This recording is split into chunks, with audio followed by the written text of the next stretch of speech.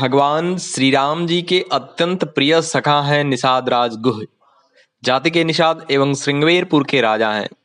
निषाद राज गुह और श्री राम जी के प्रथम मिलन की बड़ी मधुर कथा है। निषाद राज के पिता और चक्रवर्ती महाराजाधिराज दशरथ जी में भी बड़ी मित्रता थी। वे समय समय पर श्री अयोध्या आया करते थे। जिस समय श्री दशरथ जी के यहाँ प्रभु का प्रादुर्भाव हुआ उस समय वे अत्यंत वृद्ध हो चुके थे। फिर भी लाल की बधाई लेकर वे स्वयं आए थे और चारों कुमारों का दर्शन कर उन्होंने परम सुख पाया था। परंतु एक तो स्वयं जराग्रस्त थे, दूसरे बालक गुह नित्य अयोध्या के लिए मचला करते थे। और जब से उसने श्री राम की शोभा का वर्णन सुना था तब से तो वह विशेष उत्कंठित रहने लगा था, अयोध्या जाकर भ्राताओं सहित श्री राम का दर्शन करने के लिए। आज कल करते 5 वर्ष बीत गए। गुह अब कुछ बड़ा भी हो गया था और उधर राजकुमार भी अवध की गलियों में विविध विनोद करते हुए विहरने लगे। तब एक दिन वृद्ध पिता ने गुह को श्री अयोध्या जाने की आज्ञा दी। गुह के हर्ष का पारावार नहीं रहा। भेंट के लिए वन्य कंद मूल फल तथा चारों राजकुमारों के लिए 4 जोड़ी रुरु नामक मृग के चर्म के बनी हुई सुंदर पनहियां बगल में दबाए हुए श्री अवध में जा पहुंचे। मन में विचार आया, प्रथम श्री सरजू में स्नान कर लूं, फिर दरबार में चलूं। अतः श्री सरजू तट पर उपहार की पोटली रखकर स्नान करने लगे। तब तक क्या देखते हैं कि 4 बालक उपहार पोटली खोल रहे हैं। गुह मना करता ही रहा पर बालकों ने पोटली खोल ली, पनहियां पहन ली और केले के फल लेकर खाते हुए सरजू तट पर विहरने लगे। गुह स्नान कर बाहर निकला, वस्त्र बदलकर बालकों के समीप पहुंचा। कुछ रीझ से कुछ खीज से पूछा, आप लोग किसके बालक हैं? आप लोगों को मालूम नहीं मैं यह उपहार चक्रवर्ती महाराज कुमारों के लिए लाया था। बालक मधुर मुस्कान पूर्वक बोल पड़े, ओहो, तब तो हमारे लिए ही था। गुह ने पूछा, तो क्या महाराज श्री दशरथ जी के राजकुमार आप ही हैं?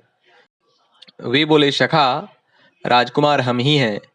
गुह की आंखें सजल हो गईं, हाथ जुट गए, शीश झुक गया। चरणों पर गिरने के पूर्व ही राजकुमारों ने हाथों से थाम लिया और लिवा ले चले अपने मित्र को महल की ओर।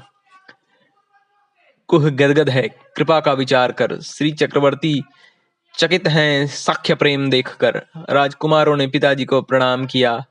गुह ने भी सश्रुनयन पुलकित तन विह्वल वाणी से हाथ जोड़कर अभिवादन किया। श्री राम लला ने अपने नए सखा का परिचय दिया। श्री दशरथ जी ने जैसे अपने पुत्रों को हृदय से लगाया वैसे ही गुह को भी हृदय से लगा लिया। श्री दशरथ जी ने देखा राम बड़े प्रसन्न हैं अपने इस सखा से और सखा ने भी तन मन प्राण न्यौछावर कर दिया है उनके ऊपर। महाराज ने रोक लिया गुह को अयोध्या में। बहाना बनाया कि तुम यहाँ रहकर मेरे पुत्रों को धनुर्विद्या का अभ्यास कराते रहो। गुह के लिए तो मानो मनवांछित फल मिल गया। एक बार जब सब वन विहार कर घर लौटे, सबने देखा श्री राम के श्रीमुख से गुह का गुणगान सुनकर श्री चक्रवर्ती महाराजाधिराज दशरथ जी अपने हाथ का आभूषण गुह के हाथ में पहना रहे हैं, हृदय से लगा रहे हैं तथा तुरंत ही श्रृंगवेरपुर के राजा होने की घोषणा कर देते हैं। भगवान श्री राम जब वन जाते समय श्रृंगवेरपुर आए तो उस समय निषाद राज गुह ही वहां का राजा था। अपने मित्र को वनवासी के रूप में देखकर उसे बहुत कष्ट हुआ और उसने हाथ जोड़कर विनय की कि आप श्रृंगवेरपुर का राज्य करें और यहीं पर रहें।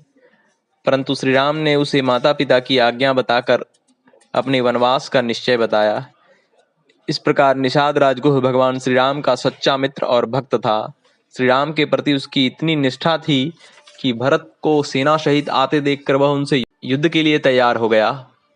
परंतु जब उसे भरत जी के आंतरिक भाव का पता चला तो उनका श्री राम जैसा ही स्वागत किया। धन्य है निषाद राजगुह और धन्य है उनकी शाक्य भक्ति। ओम।